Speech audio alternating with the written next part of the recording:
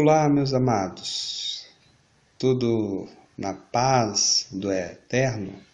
Aqui é o irmão Alex e hoje nós vamos trazer o significado da Epístola de Tiago, da carta de Tiago.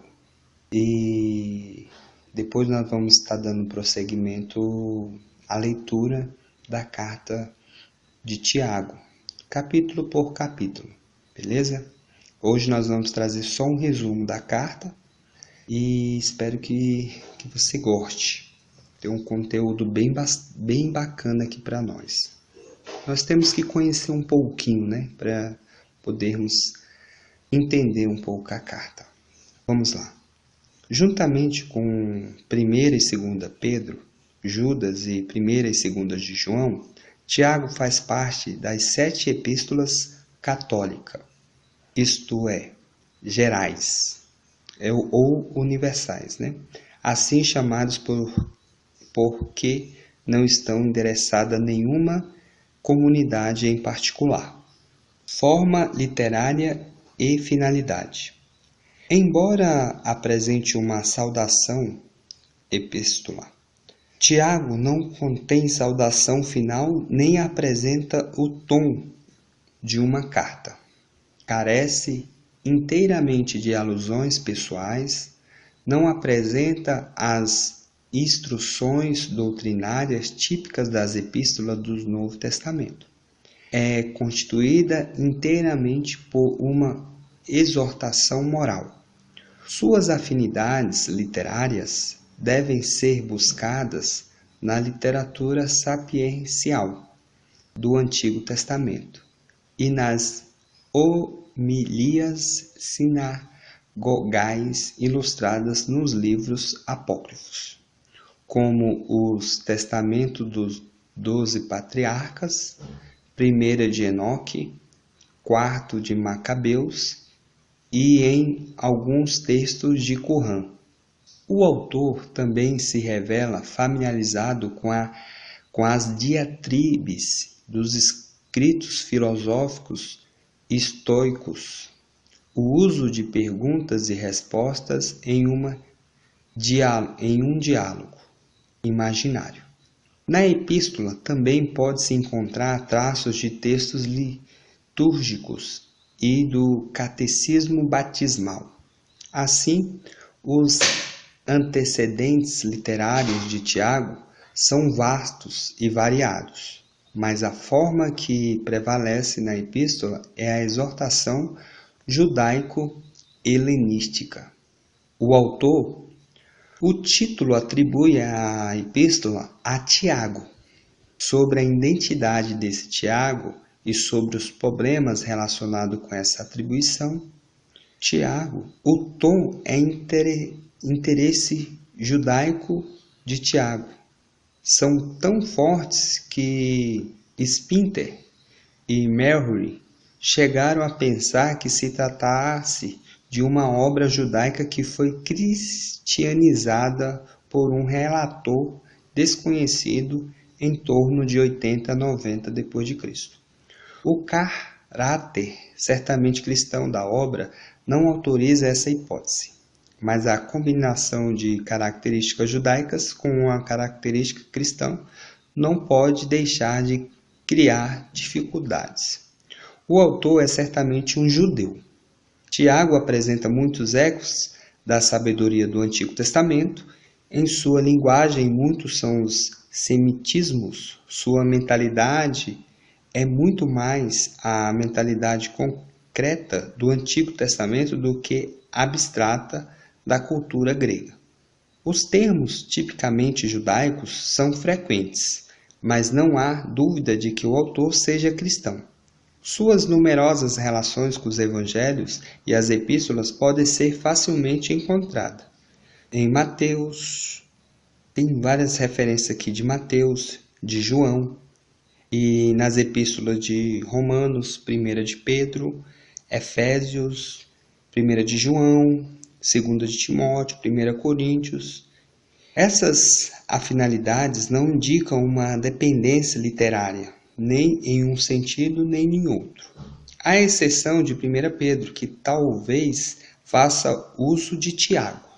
Entretanto, indica a doutrina viva comum da comunidade primitiva, na qual o autor de Tiago estava totalmente submerso. Quase todos os críticos modernos estão certos de que esse autor judeu-cristão escrevia para judeu-cristão.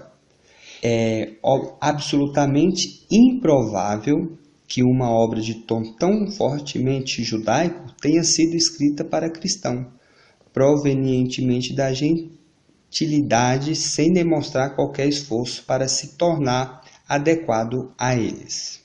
A própria epístola fornece alguns elementos em favor da atribuição da carta a Tiago, chefe da comunidade de Jerusalém, em Gálatas capítulo 1, verso 19, Gálatas capítulo 2, verso 9, Atos capítulo 12, verso 17. O escritor fala com autoridade em 1 Tiago 1, 2, 3, do 1 ao 13, do 4 ao 12, ao 13 e do 5 ao 7. Esses elementos não demonstram que Tiago seja o autor da carta. Demonstra apenas que a epístola não contém elementos que se opõem à posição de Tiago. Contudo, outras indicações, tanto do conteúdo como do estilo, induziram os estudiosos modernos de Bellio, Windisch, a pensar que a atribuição a Tiago tenha sido feita em termos de pseudonimo.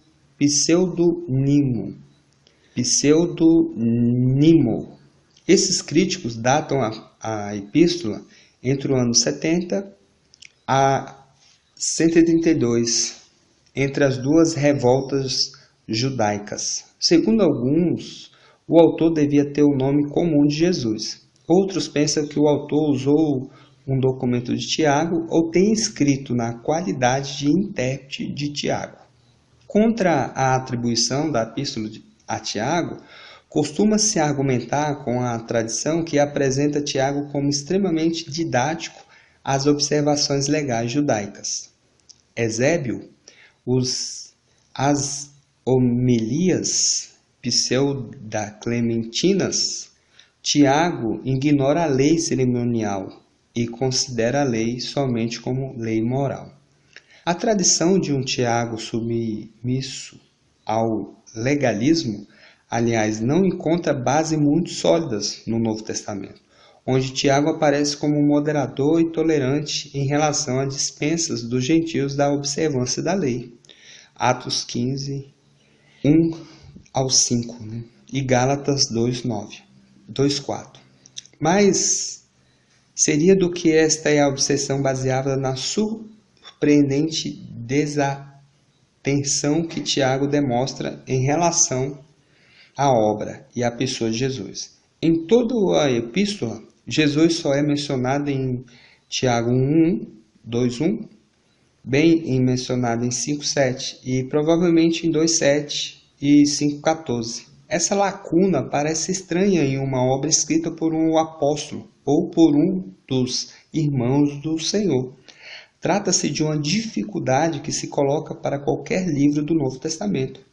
Qualquer que seja o seu autor, ou que não pode ser servido, propondo um autor que não tenha conhecido pessoalmente Jesus, os pontos de contato de Tiago com a doutrina de Cristo são numerosos. Mas é estranho que a obra fala não tão pouco dele. As explicações dadas pelos estudiosos nada mais fazem do que remeter à forma literária de Tiago. A homilia laudatária da sabedoria judaica helenística. Ainda mais grave é a dificuldade em torno da linguagem de Tiago.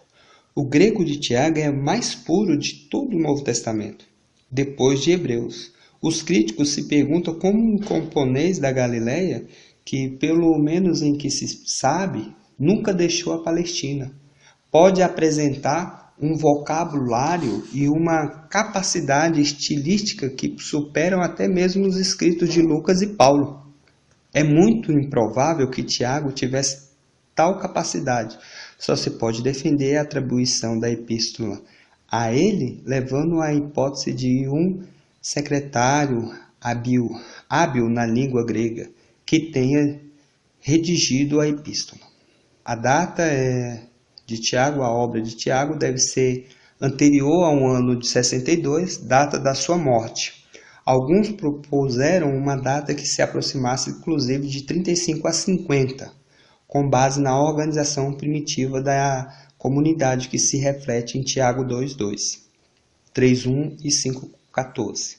Em sua ignorância da missão junto aos gentios e do problema dos judaizantes, e em sua cristologia ainda não desenvolvida, outros argumentos que seu discurso sobre a fé e as obras pode refletir a doutrina paulina sobre a justiça e a fé em Romanos. Desse modo, Tiago deveria ser datado depois de 57 e 58. Nenhuma dessas razões é apodítica. Quem pensa em um pseudônimo propõe uma data mais tarde do século I ou do século II, mas muitos críticos modernos sustentam que a antiguidade desses documentos não permite tal data. Canonicidade. Orígenes é a primeira testemunha da canonicidade de Tiago. Esébio registrou que tal canonicidade era contestada por algumas igrejas. Então, isso aqui, pessoal, teve algumas igrejas que não consideraram a Epístola de Tiago. Aparece no cano da Igreja Ocidental depois do ano 350. Elementos doutrinários. Além do já mencionado caráter primitivo da cristologia, Tiago não apresenta nem mesmo um aceno à trindade das pessoas de Deus, em Deus. O documento atribui o título do Senhor, Messias e Salvador a Jesus, mas não elabora o significado de tais títulos. Também alude à segunda vinda de Jesus e provavelmente à sua glorificação. Sobre a concepção de fé e das obras, a visita dos presbíteros aos doentes, em 5:14, foi tratada no Concílio de Trento, na sessão 14/25 de novembro de 1551, sendo rejeitada a interpretação da visita como uma simples obra caritativa e afirmada a visão de que os presbíteros dispensam a unção em virtude de seus poderes sacerdotais e que tal unção tem o caráter sacramental. Assim, o concílio afirma a concepção do rito tradicional da Igreja, sem afirmar que tal rito seja explicitamente estabelecido em Tiago. Os efeitos da unção, cura e perdão dos pecados, são certamente sacramentais. As demais, a posição dos presbíteros na Igreja primitiva, embora ainda não definida, como seria feito depois na hierarquia, bispo, sacerdote, diácono. Revestia-se certamente do caráter e das funções eclesial. Beleza, pessoal? Falamos um pouquinho aqui sobre a Epístola de Tiago e logo nós vamos estar lendo o capítulo 1 para que nós venhamos aprender um pouquinho sobre esta carta. Eu acho ela muito interessante para nós. E até logo. Quem quiser receber os áudios direto por mim, manda uma mensagem aí no 61991192421, irmão Alex. Beleza, pessoal? Fique na paz e um grande abraço.